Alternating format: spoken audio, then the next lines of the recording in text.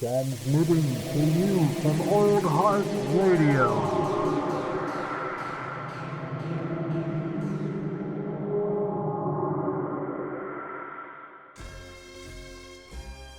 Prepare to have your bones chilled and your hairs raised. It's the WacArnold's Brothers podcast. How's it going? Did you hear that? That's awesome. I've never heard that happen before. It didn't happen last time, so yeah, that's... All right. Well, looks like Zoom's officially taken an interest in Old Heart Radio. Well, hello to all you hot dogs. I know you are, you're probably waiting for your water to boil so you can dive on into your spa day before you get thrown into some buns. I take it too far sometimes. Why do you, really quick, why do you call the listeners hot dogs? I gotta know. You're the only one that's ever asked me that. And the truth of the matter is, I just like saying hot dogs. Okay. Hey, cool. It's unique. There you go. I'm just like hot dogs. Well, also, let's be honest. I love a good dog. I'll eat a hot dog, Mm-hmm. I don't want a crappy dog, though. Don't give me a ballpark. Right. Don't give me a ballpark, Frank. Give me a Hebrew National. That might be too taboo to say at the moment, man. There's all this shit going on with it. Anyway, I think you're fine. Yeah, I think you're fine. Netanyahu's not listening to this episode. Oh, wow. Oh, wow. Ladies and gentlemen of all ages and flavors, this is the pilot episode. No, not the pilot. This is the number one episode. This is the first. This is episode. the first, if you will. Thank you for correcting my words. Sometimes I get flustered. It happens. The WacArnold's brothers are here to stay. Yes, sir. We have long had, me and David here. You and I have had this long love of horror movies of all kinds, good, bad, like weird, in between. Yeah. And it's the prime subject, I think, for us to try to cover amongst daily life as it happens. It's such a fun idea to particularly trying to find like the humor in some of these like just ridiculous movies. Exactly. It's like sometime maybe we should talk about good horror movies, but I love shitty, bad horror movies. So yeah, well, it's like you can appreciate a good movie, but there's some sort of like I don't know if it's like one of my favorite things is really what you think that you get the vibe that like the people making the movie were really invested in it. Oh yeah. They're like that time has basically turned their tragedy into a comedy. There you go. You know what I mean? I love that shit. But this like we have to start somewhere with this the first episode, and the last local yokels you and I did, we decided on The Dentist. If I'm correct. And The Dentist is an incredible 1996 movie, basically about an esteemed dentist who finds out his wife is cheating on him. He completely unravels and starts taking his anger out on his patients and everyone around him. And real quick, like super fun fact about this movie, I love the people behind it. It's directed by Brian Usna, and one of the writers is Stuart Gordon. And they worked on a bunch of really good horror movies in the 80s, like Reanimator, From Beyond, and Stuart Gordon also directed like Castle Freak and Dolls, which are great. But yeah, this is... Yeah, there seems to be like some real, how do I say it? You can tell that the director was very like Usna, right? How do you say his last name? Is that how you say his last name? Usna, yeah. Yeah. I was just looking it up before this too, and you can tell like based like with some of like the cinematography and stuff in this movie, even that like it's got his flair to it. Definitely. Because there's weird moments of like I don't know, kind of like warpy sort of filtery. There are things. for sure, or like And- weird. There's like a side angle one time. Yeah, exactly. He adds some of his touches to it. Yeah, but I mean, like the fact is, like I mean, like Reanimator is a staple if for any horror fan, right? And like, you know, like I don't know, like Brian Usna and Stuart Gordon, right? That's like yeah. Stuart Gordon directed Reanimator, and Usna wrote it, and then Usna directed the second one, Bride of Reanimator. That's what I was gonna say. Is like they've kind of like shifted back like positions, sort of as writer and director, but they've always they've been this kind of like a steamed team, if you will. Yeah, they've made some classics. Yeah, I was laughing immediately as you started describing the dentist, because you have to use the word esteemed to sort of get the snobbery of the dentist himself. It's awesome. But it's yeah. Like this movie is just, it has so many.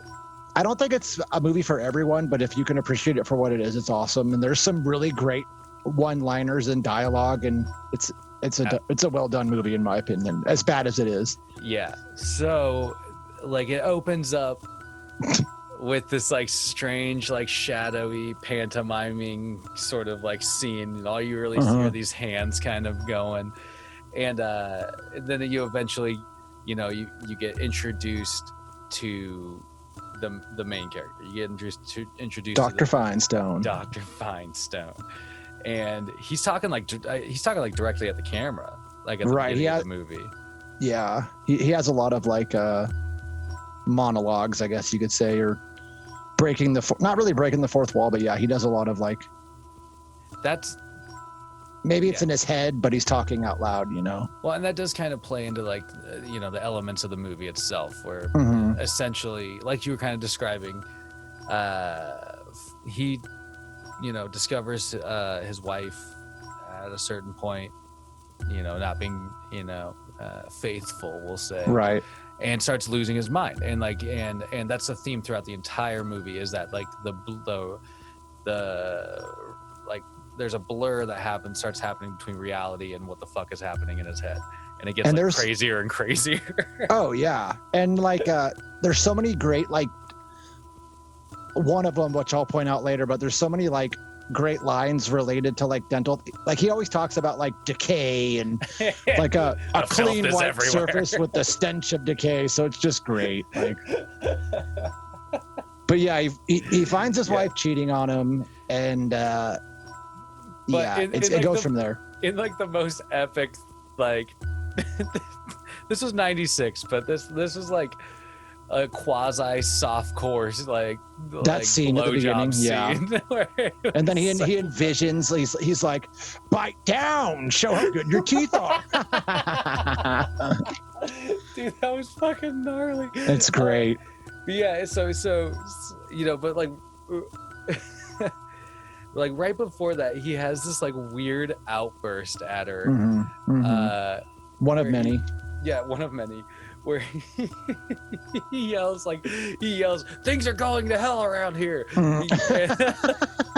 Because she brought him like a piece of dry cleaning home with like the most, there's a stain on it, stains on there or whatever. He's like, I only wear, when I wear my white shirt, I wear my diamond cufflink. Yeah, he's just, my diamond cufflinks are at the drawer. Yeah, he's already a little off. Yeah, this dude's off kilter.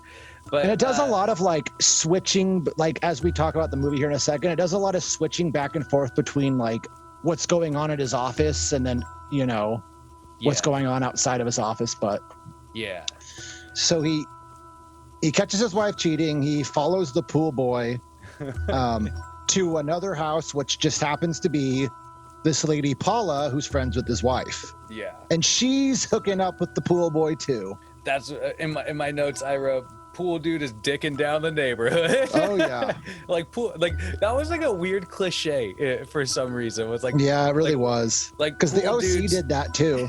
Yeah.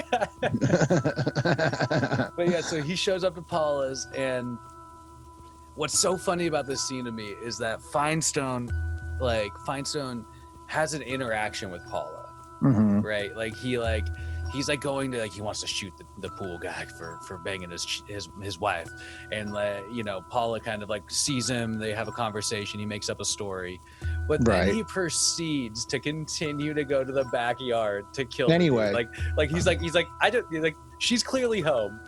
Like, right, that's true. I guess I didn't think about that. It was just weird. It was just such a weird like. Anyway, so he goes back there and he ends up, instead of killing the pool guy, he ends up being attacked by a dog. By a dog. A Doberman. Yeah. And he kills the fucking dog. Right. I know. You just. Yeah. Well, it doesn't tell you there that it's dead, but obviously you would assume it's dead. Yeah. And he shoots the dog and goes on to work like nothing happened. You know, it's pretty great. Yeah. And like at his workplace, there's like a litany of things like kind of like they start establishing that like he has patients piling up. One of them happens to be Mark Ruffalo's client. A very young Mark Ruffalo. Very young Mark Ruffalo, who April Rain, who is like the manager of a beauty pageant winner or something like that. Named April. I know she's just like a typical like 90s model. Yeah. April Rain. What is so strange. But before Finestone really starts interacting with patients, he sort of like somehow sneaks into the office. I know. Back door. He just like appears in the back hallway, sneaks in. He has like a gnarly dog bite on his arm. He's like bleeding and shit. And then, his first patient of the day? It's a little boy. Young Jody something or other. Yep. I believe it's Jody Sanders. Jody Sanders, yep. Jody Sanders. So I felt bad. I genuinely felt bad that this was like the first, like they interaction. They built it up as like, you know, like, oh, it's his first time at the dentist. Oh God. Like, are you scared? No. Good job, Jody. You'll be fine. And then like he gets in there and then fucking hook it. Like he's like picking the dentist. You'll find someone's like picking at his teeth in the jungle room or whatever. Yep. He has his first of many like where he visualizes the teeth all fucked up. Oh my God, the filth. And then just stabs the kid in the fucking gums. Stabs the kid in the gums. I was like, oh my fucking God. Like that is a nightmare. That is a nightmare. For whatever this movie is, like it definitely brought to the table some dental horror. Like, if you don't like the dentist, don't watch this movie. Don't watch this movie. After that scene, there's another great dental line where he's like, decay is always busy, so we're always busy. He also, when he's like introducing Jody and his mother, I think, to the office, he's like, he has this line where he's like, we've turned dentistry into interactive medicine. So, yeah, it's ridiculous. So, yeah, he fucks up Jody, and then April is up next, but before she fully gets operated on, it goes back to Paula's house, and there's detectives there. Yeah. And they find a shell in the side of the house, which comes into play later. But one of the detectives is played by Ken Foray, who he's in Rob Zombie movies. But what I remember him best is the dad on Kenan and Kel. Oh my God, dude! Call Epic. Back, epic. That's wild, man. Yeah, he has been a kind of a staple for horror. Yeah, I think. Well, mainly because of what would be his like horror breakout, probably from I think it was Day of the Dead or Dawn of the Dead. That's right.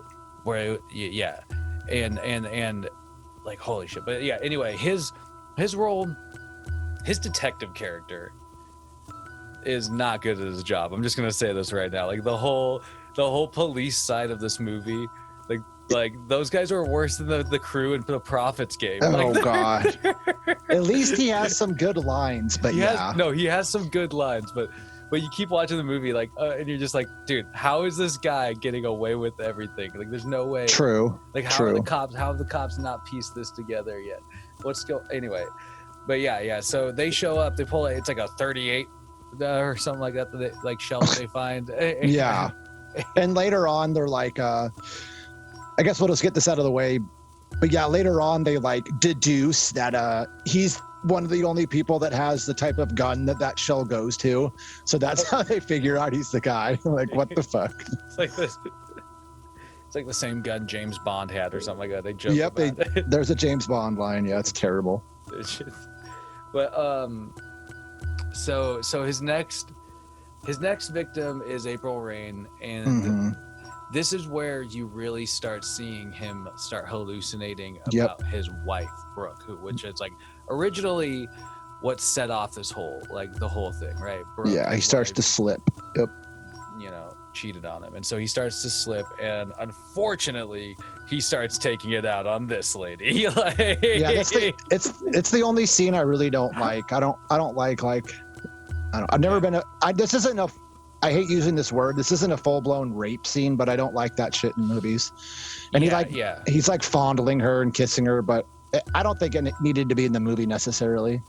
Yeah, no, yeah, well, like, and this is a thing, this is, with all pieces of art and everything, it's a reflection of times, and luckily we're living in a time where that shit is less people are less happy to see it in movies. People are more like this is unnecessary in a plot line sometimes, and this was one of those moments, but whatever. So he's like getting all weird with April Rain, and an important sort of piece happens here. He doesn't kill her in this moment. She sort of like, it gets like really gas nauseous, and the gas that he's using runs out while he's like trying to get weird with her, and Mark Ruffalo comes to the rescue basically and like takes her away. Whisks her away to go get some fresh air. But one of the nurses finds like her stockings that he didn't even try to hide them. No, he picked them up. He picked them up, like looked around and like put them next to like the counter. And then she like literally immediately finds them the next scene. It's great. Yeah. And so so next, what were you gonna say? Oh no, go for it, my man. So, and then it kind of rolls into like a next like important part of the plot with him going crazy is Dr. Goldblum shows up, who works for the IRS. Yeah. And he's like you've got bad taxes. And this great part happens where while he's there, Mark Ruffalo's character comes back in and punches him in the face. And this right here is the greatest line in the whole entire movie. And I quote, "You don't know what it's like. The discipline, the long hours, the lack of respect in a world that goes on ignoring dental hygiene." It's like the great. The first time I watched that movie, I was crying. I was laughing so hard. Like, how did he deliver that line and not just fucking break? There had to have been like at least like 5 takes where he just fucking cracked up because it's so ridiculous. Great. Oh my god! Yeah, over the top. I love it. Yeah, he gets decked for being all fucking nasty, and what he should have. Yeah. Yeah, and but here's the thing. I mean, like, oh man, maybe I'm blanking on it. But what's the next appearance of Mark Ruffalo from there? Like in real life, I don't know. No. I mean, like in the movie. Oh, that's it. He comes back, punches him, and then leaves, and that was it. That's what I thought. Like, I was just trying to run it back through my head, and I was like, I don't think we see him the rest of the movie. No. So his threat is immediately gone. Ruffalo's off, and basically now you're focused. Now there's like a handful of like patients that that you sort of like you basically know he's gonna like have an interaction with. There's the tax man. Then there's Sarah, the little girl. Yeah, the girl getting her braces off, and she keeps getting pushed to the side. But you keep thinking like, while watching it, you don't want her to like. You're like, okay, please don't kill her. Yeah. Maybe she'll just go home. Like, she's the innocent. She's the innocent one. Yeah. So up till this point, no one's been killed, but then here comes like the second half of the movie where the deaths start happening. So first his wife comes in that night for their anniversary, and he subdues her, ties her to the chair, and just disfigures her, pulls her teeth out. It's gruesome. It was fucking gnarly. It like, was. They get these like wild, like, I mean, they had some, The shots they do. special FX mouths and whatnot, but they were like getting all up in there, and they'd like show like close-ups of like a tooth getting pulled and stuff. It's disgusting. It's fucking gnarly. So he does that to her, and then the next day it's funny, like he makes it look like she's sunbathing, and the pool boy and the detectives get to his house at the same exact time, and he gets the detectives off his case and ends up killing the pool boy finally. Yeah, and he like slashes them up too. Like it's like, great. Yeah. And then he throws the murder weapon into the pool. It's so cool. Like a boss. Like, mm-hmm. He's a fucking doctor. That was one of the things that, like, it was just like this dude had a chip on his shoulder from the get-go. Oh yeah. Like, he kept reminding people that he was a doctor. He's like, stop disrespecting the art of dentistry. Like, jeez Louise. But yeah, when that happens, like that shit, like, so you see Brooke in this moment, right? When she's like out on the sun chair, and she turns around, and like the makeup that they did for her great. mouth is fucking awesome. Like, it looks gnarly as fuck. And like, they did a good job. Yeah. Same with it later on with Goldblum. They do a good job with his too. Oh, dude, yeah. But okay, so so he kills the pool boy, and then he just goes back to the office at some point. Right after that, That's what yeah. happens, right? And then it's like the detectives eventually, like you were saying, like they also have arrived at the house during this time frame. So they're on to him, yeah. Yeah, and they discover. Do they? Oh my god, I'm like mixing up scenes at the moment. Do they discover the blood, like her tied up at? That's later. That's later. That's later. God yeah. Damn. Wow, what happens next in this movie? So what happens next is that he. So we'll kind of like speed through a little bit what happens next. So he goes back to his office. Paul is there for her checkup, which they talked about earlier. He doesn't kill her, but he does like grind her teeth to the bone, which is disgusting. Or not to the bone, but yeah. That might have been the scene that got me the most overall. Oh God! Just because it was just like watching him grind down that fake tooth with the smoke was so gnarly. I was like, oh, just the thought of that happening in the back of my jaw would just like had me like cringed up. So then next, his assistant that has the underwear is like, he fires her, and she's like, well, I'll take you to the board, and then he kills her. He chokes her to death with the pantyhose. Yeah. And then they find the body. Yeah, there's a lot that happens in a short time. Yeah, it kind of just starts like, well, because he basically, the way they set it up in the movie is like he starts basically just going from like room to room and setting up appointments and then just bouncing between them, and like every room he seems to go into has at least one victim.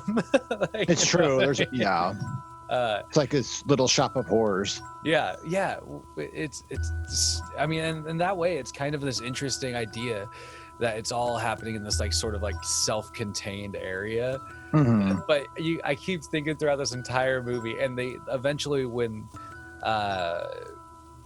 the tax guy goes to his getting tortured, like they finally start addressing the idea like, oh, they can hear people screaming up front. Oh yeah, that's right. There's like, they have this he's like a dental supply guy.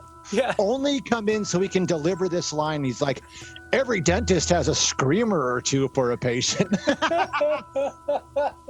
I know I used the word throwaway a lot in the first one we did, but that was such a throwaway line. Like, yeah, it really was. And like that, like I went auditioning for it, like that was it. That was the whole audition too. It was just like, okay, pretend like you're walking in, say this one line. Say this. It's true. Yeah, dude, but like that was like the funniest thing to me is that like I just kept thinking, I was like, how does nobody hear all this commotion happening in the office? The office itself didn't look terribly big, but it was kind of like that also kind of as like a story or like an element to the story kind of made it really interesting. Yeah, that's true. It was weird because you're just like they should totally hear those people screaming, but anyway. But so the best, like I'd say probably the best sort of dental torture scene happens with the tax man. Like, oh gosh, he gets some sort of like they sit down. It was so strange. So like this guy's like super dirty. Like he's a dirty tax guy. He's like basically offering to help Finestone with his taxes and like to basically like hide everything, cover everything up. He like brings out these teeth, like put these in. Yeah, dude, that's so strange. This guy was just like waiting for a dentist to like need to be on. Oh geez, for this opportunity. He's like, finally, I'm gonna get me some dental care. But yeah, he fucks him up. Dude, he does. Like he puts some sort of like, you know, like jaw device, like he puts some sort of device in his jaws to sort of like, you know, just crank it, and it like you could tell. Like the way they made it look like, it's excruciating. Oh dude, yeah. It was like, yeah, he pulled apart that dude's jaw, and then he starts like drilling around in his mouth, and at one point he's like, move your tongue. Oh god. and drills into it. Yeah, and then starts drilling into it, which is fucking gnarly also. Like that was the thing about this movie, for like the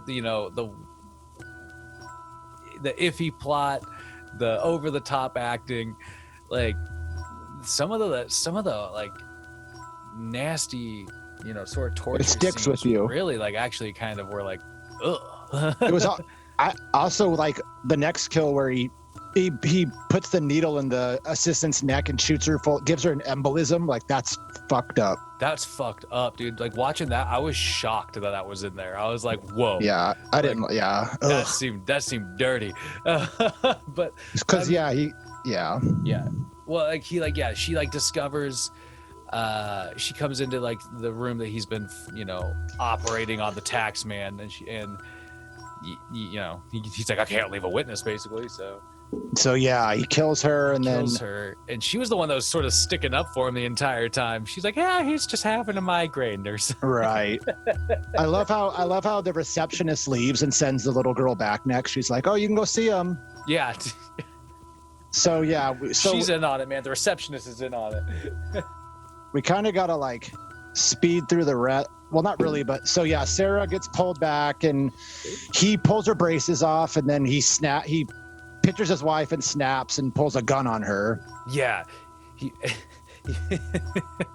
basically pulls a gun on her, and then she, you know, because he's like hallucinating and clearly not in the right frame of mind, she's like uses the moment to try and like escape. You know, she's like, I'll brush my teeth 3 times a day.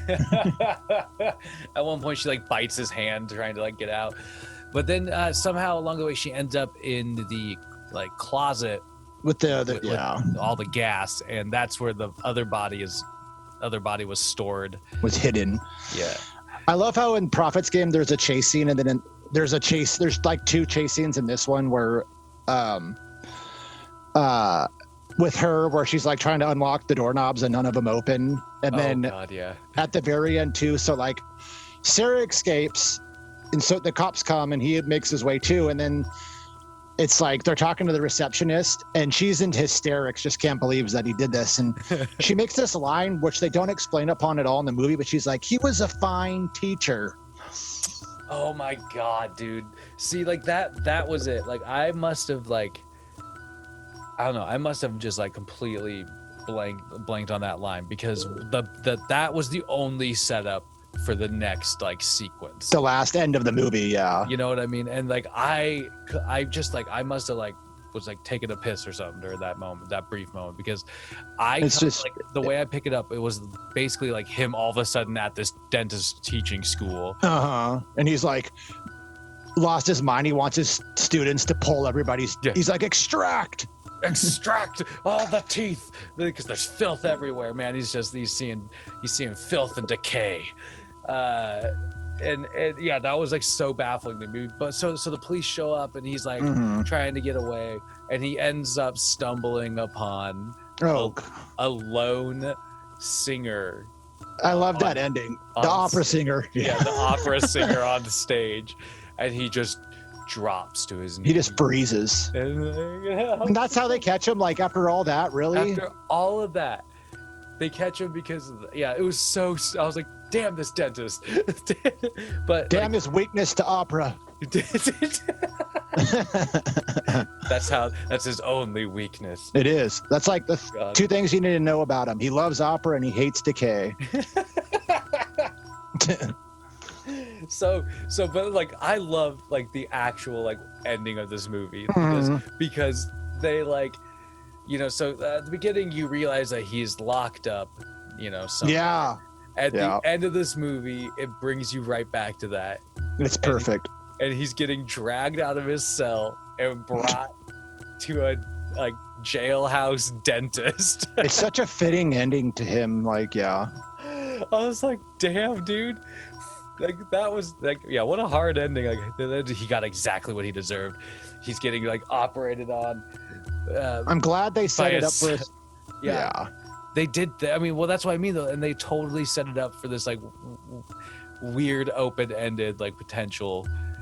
And the sequel's awesome too. I have never seen the sequel, so it's on Shudder as well. Go watch it. Yeah, I was gonna say like I eventually I think we should do like an episode where we just talk about a handful of sequels.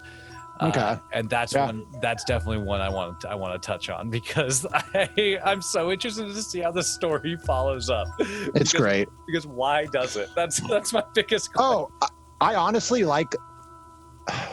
It's hard because there's parts I really like in the first one, but I honestly think I like the second one better. Which, like I said, there's a Clint Howard cameo, and there's just you'll have to watch it to see what I mean. But like, the plot. I like the way the plot and everything goes. It's good. I like it. Well, that's. I guess what I mean is like, there's, like for seemingly there's no like big standout thing about this first movie, right? Like, but that's one of the things I loved about the way they used to make movies was that a lot of times like you could get greenlit to do more, and like what you were just saying is exactly what I thought is that the Dentist 2 probably had time to like reflect on the character and the stuff that they pulled off in this first one, and to just really dig in further into that kind of like you'll see. Yeah, it's good. So I love that shit, but it's also like I don't know, I just this movie definitely caught me off guard because I had thought I had seen this, but I don't know if I had ever had seen it before watching it. And this is one of those movies that I'll always like. If someone asks me like, what are some good, lesser known horror movies or like, I always give this one out as a recommendation. I like Corbin Burnson in this role. He's fantastic. And for what it is, it's a great horror movie. Do you know, like do you know like off the top of your head, another role of his? I never watched the show, but like a couple years ago, one of my buddies, his girlfriend was really into this show called Psych. And I think he's like one of the characters' dads or something, but he's in that. I swear to God, dude, I think that's it, because that's where I recognized him to some degree. I was like, he's much younger in this. Not much, but he's younger in this. It's true. But yeah. Like I don't know, like his Finestone character was like really, it was just intense for what it was. You know what I mean? And like you could tell he had so much fun playing that role. Oh, absolutely. Especially with some of those just like epic outbursts kind of lines. And like, you're just like, this had to have been just like a good time, you know? I wonder when they were writing this, like, when I first saw it, I was like, were these people serious? But as I got older and watched it more and realized who was behind it, I was like, no, they were going for laughs. Like, they must have had so much fun writing it. Yeah. Well, and that's, I guess that's one of the things that I always take away from these kind of horror movies is that it's not like a bunch of people making these movies trying to be creepy and creep people out. It's like generally like it's just like people who really enjoy this type of like these types of visual effects and creating these kinds of characters, and they go big and they go hard with these like ridiculous aspects of of these types of things, of these types of characters in movies, and it's fun. It's just so much fucking fun to like watch. I bet it's fun to make. Like, I don't know. It's the point of a movie. It's an escape. You know exactly, and that's like it's weird. Like I love like watching the comic book movies because it's like it's cool to see those characters that I've always loved brought to life, but they don't present the unique like lens that each of these types of like individual like horror movies, for instance, do. Like they give you this like weird review of like this reality or this reality or this reality, and it's all just, I don't know, it's a different type of storytelling, and that's, I guess, what I'm trying to say, and that's one of the reasons why I appreciate watching these movies. There's something special about horror movies that I don't know when it's always resonated with me, and ever since I was young. I think I don't know if it was, it's so hard to explain and I sound like an idiot, but there's just something about it where it's always just made me feel good, and it's been there for me. It's been, well, people can let you down, but horror movies will never let you down. Hell yeah. Well, I think at least I can, for myself, like horror movies were always something, when I was a kid, they were something to overcome. Like, ooh, what I mean? It was like genuinely like the first time I saw Aliens, like my dad showed it to us on fucking Laserdisc or something like that, like way younger than we probably should have watched it. Oh yeah. And so like it was more or less like a test of like, can I keep my eyes open through this like scary That's a stuff, good point. And then as like an adult, you start at least like, or like, not even as an adult, just like kind of as you watch more and more horror, you start appreciating the different elements of that type of filmmaking, and I like how you put it. What was that? Oh, nothing. What were you just saying? One of my favorite earliest moments of horror was when I was a kid growing up in Missouri. My parents, like before my mom got cancer, like they were kind of like they'd go out a lot and they'd go do their thing and they'd leave me and my sister alone and we'd be fine. But I remember when I was a kid, Friday nights on TNT, they had Monster Vision with Joe. The host was Joe Bob Briggs, and it was on, I think it was like midnight. And I remember like being young and being like, oh man, I'm going to stay up till midnight and watch these movies I shouldn't be watching. And it was just awesome. Hell yeah, man. Well, exactly. Like there is like this, I don't know, there's this thrill that comes with like watching horror movies, especially at a younger age, where it's like you get away with it almost sometimes. That's a good way to put it. Yeah, that's cool. That's like, I don't know. Yeah. Like it's just, but like you were kind of saying, like horror movies have long been, I don't know, something I've loved. And it is hard to explain exactly why. Like I'm sure, we could sit here and list like different things we love about horror movies, but there's something, like, I don't know, there's something like interesting about the thrill of a horror movie. Like I think it's funny. Being scared. It's true. And I think in saying that, I think it's funny how some people are like, if you like horror, they kind of think you're like weird or something. Yeah. If you don't like horror, I think you're fucking weird. yeah. 100, dude. I think you might be a little duller of a person. Like, you know what I mean? Like people that love horror movies, they don't shy away from that emotion, and that emotion maybe is like being scared or the thrill of of this, I don't know, whatever. Anyway, what I'm trying to say is, it's a particular breed, and I appreciate that breed. People like different genres for different things, and I have no qualms with anyone who enjoys westerns or dramas or whatever. I like them too, but I'm saying like, I just, there's just something about horror that has always called to me, and it's funny because like anybody that knows me, like I'm one of the nicest people you'll ever meet, and I don't know. It's just horror is just a great way to like, I don't know. Anyway, you can. I feel it's.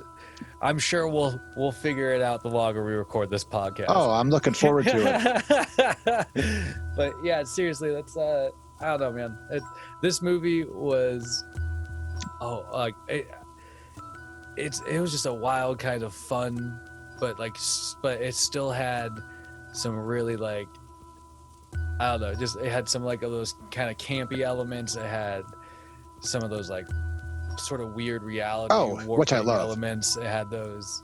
It just had a lot of like a little sprinkling of everything. I think that's because probably at this point, that 96, like how many movies do you think that had that duo made by this point? I mean, had they done a couple leading up to this? I'd have to look it up. Brian Usna had his first movie he directed was Society, which is amazing. Yeah, that's one I want to do on the podcast. I think this might be like his second or third movie, to be honest. I could be wrong, but yeah. One thing about this that I'll say about other horror movies too is if the effects are good, you can get away with making any kind of horror movie, and the effects are great in this movie. Yeah, agreed. That's a very, yeah, I agree with you there. That's you can get away with the cheesiest of cheesy lines, you know what I mean? Like you can get away with the campiest of plots if you have good effects. But yeah, anyway. Okay, so we gotta, just because of the Zoom gods, we're gonna have we gotta wrap this up. Otherwise, we're gonna be cut off. I'll probably post on the Instagram, Old Heart Radio. Yes, the next, maybe like the poster for the next movie we decide on after a teaser. There we go. A teaser, if you will, as Marvel likes to do. Oh gosh, they do tease. You got to keep their appetites going. Yeah, you got to, dude. Something they understand. You got to beat back that hungry crowd. All right, my friend. This has been a joy. Episode number 1 out of the way. The WacArnold's brothers are here to stay. Damn right. Dude, I can't wait to hop on and get number 2 going. Like I said, we'll decide that after the recording. Yes, we will. All right. Hot dogs, I appreciate you being here. David, appreciate you being here. Thank you for having me. You got anything you want to leave off on?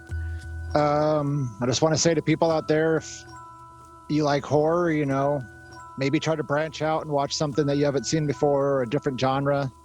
Go watch an Italian horror movie. There's all the different strokes for different folks, but branch out, man. Damn straight. It's good to know what you like, but we all have to accept that we might not all like the same things, and that's okay too. True. All right. Well, have a good day, hot dogs. You too, bud.